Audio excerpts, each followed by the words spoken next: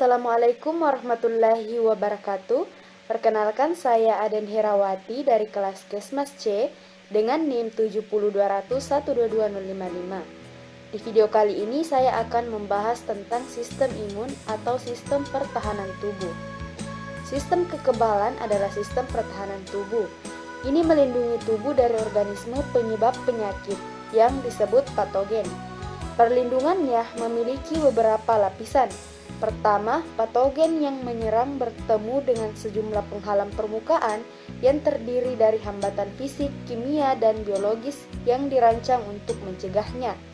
Penghalang fisik utama adalah kulit yang menutupi seluruh tubuh. Sistem tubuh yang terbuka terhadap lingkungan luar seperti sistem pernapasan, pencernaan, saluran kencing, dan reproduksi masing-masing memiliki mekanisme sendiri untuk mencegah masuknya mikroba. Hambatan kimiawi termasuk asam lambung dan berbagai zat antimikroba dalam keringat, air liur, air mata, dan cairan tubuh lainnya.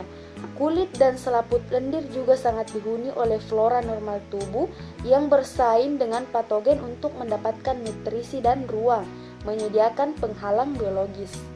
Jika suatu organisme berhasil melewati penghalang permukaan, misalnya melalui serpihan yang menembus kulit, ia akan bertemu dengan komponen bawaan dari sistem kekebalan yang memberikan respon langsung, tetapi tidak spesifik. Jika ini gagal untuk menahan infeksi, lapisan pertahanan lain yang disebut respon imun adaptif atau didapat ikut bermain. Respon adaptif ini memerlukan waktu lebih lama untuk diaktifkan, tetapi ini lebih efektif karena target khusus patogen.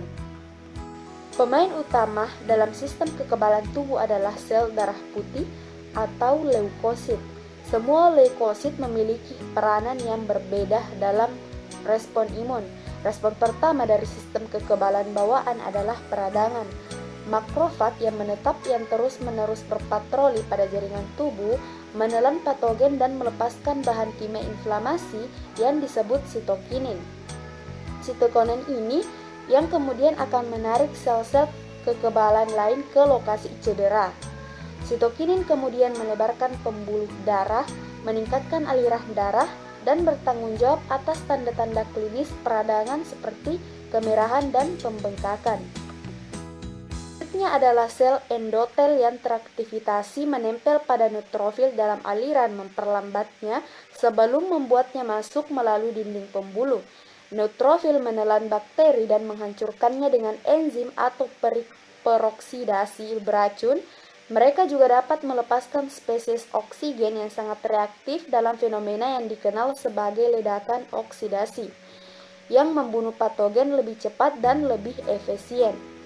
Neutrofil itu sendiri bagaimanapun juga mati dalam prosesnya. Puing-puingnya membentuk nanah di lokasi cedera. Adalah sel dendritik yang merupakan penduduk di lokasi infeksi dan menelan patogen, memotong patogen menjadi beberapa bagian yang kemudian disebut sebagai antigen. Sel dendritik ini kemudian diambil oleh kapiler limfatik dan melakukan perjalanan ke kelenjar getah bening, di mana mereka menyajikan antigen ke sel T yang cocok. Patogen itu sendiri juga dapat melakukan perjalanan ke kelenjar getah bening, di mana ia mungkin menemukan sel B yang cocok. Sel T dan sel B ada dalam miliaran variasi, masing-masing membawa protein permukaan yang unik yang bertindak seperti sebuah kunci. Di antara miliaran kunci ini, hanya kunci yang dapat mengikat atau membuka kunci patogen penyerang yang diaktifkan oleh sel T dan sel B.